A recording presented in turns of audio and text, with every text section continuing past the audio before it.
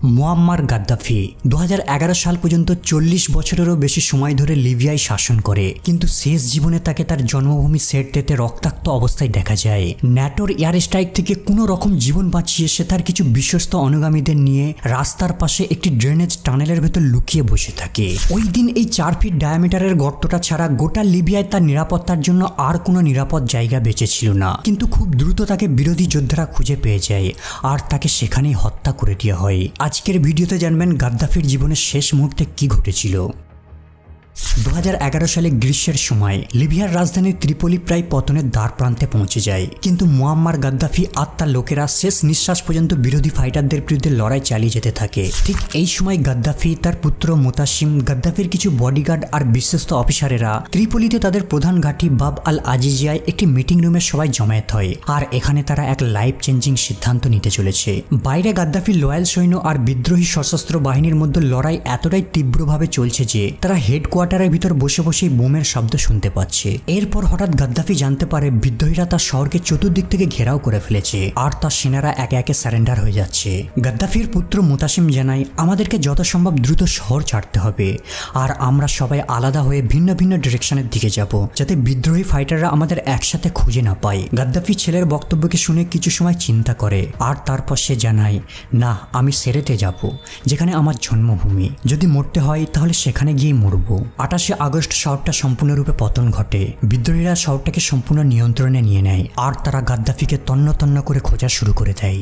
পরের দিন সকালে গাদ্দাফির কিছু গ্রুপ অন্যান্য ডিরেকশনের দিকে পালায়, কিন্তু গাদ্দাফি তার জন্মভূমি সেরেটের দিকে যাত্রা শুরু করে। সঙ্গে রয়েছে তার পুত্র মোতাসিম, তার personal security chief, private driver Hammad Masoud, security adviser Mansour Dao আর তার কিছু বডিগার্ড। প্রথমের দিকে গাদ্দাফি আর তার গ্রুপ শহরের কেন্দ্রে লুকিয়েছিল, কিন্তু যুদ্ধ তীব্রতর হওয়ার সাথে সাথে গোটা শহর জুড়ে প্রচণ্ড বোমাবর্ষণ হতে থাকে আর ন্যাটো ফাইটার জেট আকাশে কন্টিনিউ উঠতে থাকে। তাই তাদেরকে বারবার এক ঘর থেকে অন্য ঘরের দিকে ছুটতে হতো। এভাবে ঘর চেঞ্জ করতে করতে শেষ পর্যন্ত তারা শহরের পশ্চিম দিকে একটি বাড়িতে সেটেল হয়। গাদ্দাফি এখানে বেশিরভাগ সময় কোরআন আর নামাজ পড়ে সময় কাটাতো। তার সাথে বাইরের জগতের কোনো যোগাযোগ নেই, একমাত্র সে ইনফরমেশন পাওয়ার জন্য স্যাটেলাইট ফোনের সাহায্য নিত। তার কাছে কোনো টিভিও ছিল না, তাই সে নিউজও জানতে পারতো না। জাস্ট স্যাটেলাইট ফোনের মাধ্যমে তার বিশ্বস্ত অফিসিয়ালদের থেকে জিজ্ঞাসা করত, নিউজ রিপোর্টে কি বলছে আমাকে জানাও। বাকি টিমেদের গাদ্দাফিকে প্রোটেক্ট করা ছাড়া আর কোনো অ্যাক্টিভ ডিউটিও ছিল না। গাদ্দাফির সিকিউরিটি অ্যাডভাইজার মনসুর দাও জানায়, গ্রুপের অর্ধেক ঘুমাতো আর বাকিরা জেগে তাদের পাহারা দিত। এভাবে অল্টারনেট করে তারা বিশ্রাম নিত আর তার পুত্র মোতাসিম যুদ্ধের ইনচার্জের দায়িত্বে থাকতো।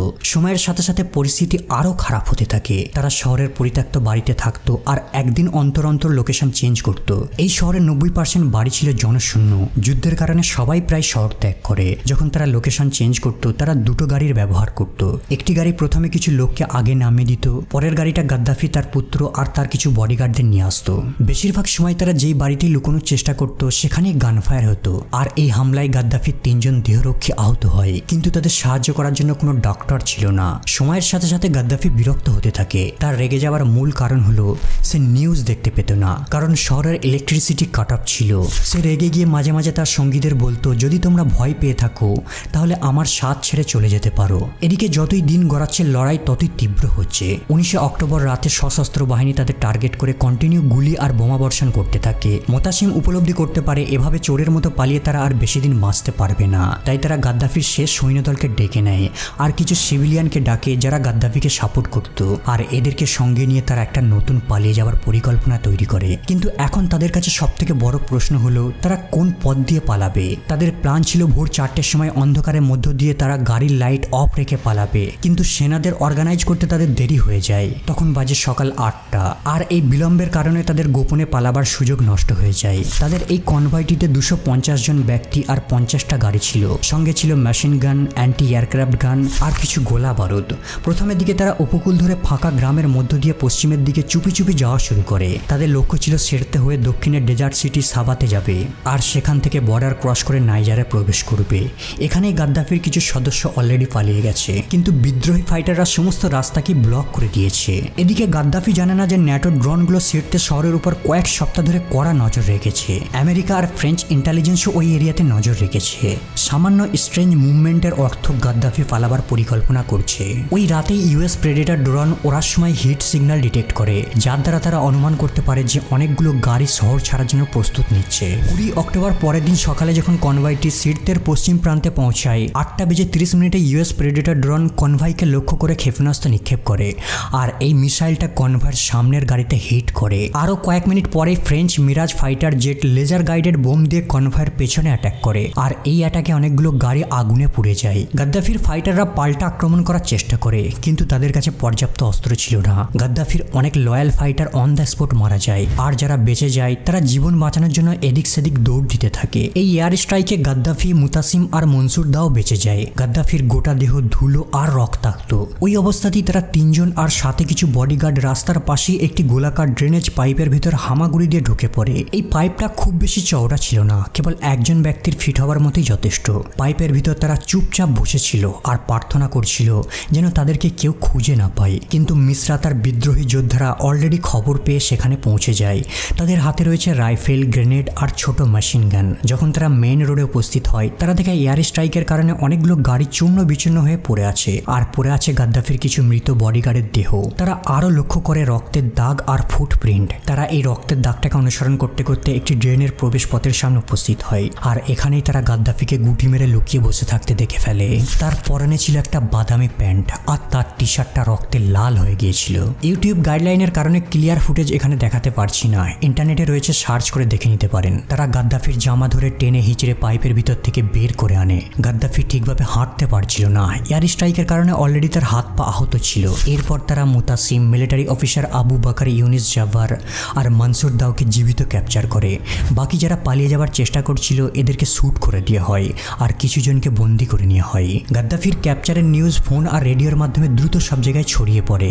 ধীরে ধীরে আরও বিদ্রোহী ফাইটাররা সেখানে জমা হতে থাকে। এরা তাকে লাঠি আর ঘুষি মারতে থাকে।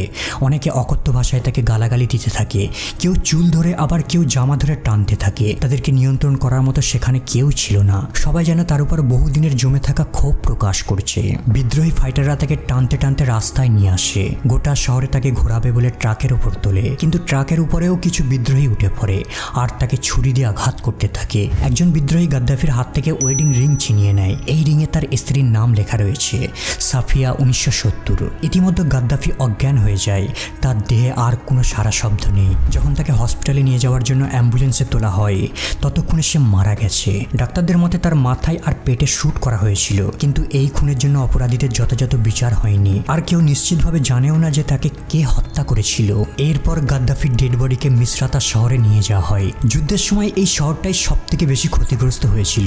এরপর তার ডেড বডিকে ডিসপ্লের জন্য বাজারে একটি ঠান্ডা মাংসের লকারের ভিতর বন্দি করে রাখা হয়। তার লাশকে সচক্ষে দেখার জন্য বহু দূর দূরান্ত থেকে মানুষেরা আসতে থাকে। অনেকে তার ফটো ভিডিও ক্যাপচার করে আর সোশ্যাল মিডিয়ায় শেয়ার করে। তার পুত্র মোতাসিমের বডিকেও মিসরাতায় নিয়ে আসা হয়। মোতাসিমের বুকে গুলি মারা হয়েছিল, আর সে ওই ঘটনাস্থলেই মারা গিয়েছিল। তবে গাদ্দাফির সিকিউরিটি চিফ মনসুর দাওকে বন্দি করে কারাবাসে পাঠিয়ে দেওয়া হয়। 2023 সালে সে মুক্তি পায়। বর্তমানে সে মিশরের কায়রোতে বাস করে। 23 অক্টোবর ওই ঘটনার 3 দিন পর লিবিয়ার অন্তর্বর্তীকালীন কর্তৃপক্ষ অফিসিয়ালি ঘোষণা করে যে ফাইনালি লিবিয়ার সিভিল ওয়ারের সমাপ্তি ঘটেছে। কিন্তু এখন তাদের কাছে সবথেকে বড় প্রশ্ন হলো গাদ্দাফির লাশকে কোথায় সমাহিত করা হবে। তারা সিদ্ধান্ত নেয় গাদ্দাফির লাশকে এমন এক জায়গায় দাফন করা হবে যেন সাধারণ নাগরিকেরা টের না পায়, তাহলে আবারও অস্থিরতার পরিবেশ তৈরি হবে। এই কারণে 25 অক্টোবর 2011 সালে তার লাশকে রাতের বেলায় লিবিয়ার কোনো এক গোপন মরুভূমিতে সমাহিত করা হয়েছিল। আজও লিবিয়ার জনগণ সঠিকভাবে জানে না গাদ্দাফির সমাধিস্থল কোথায় রয়েছে।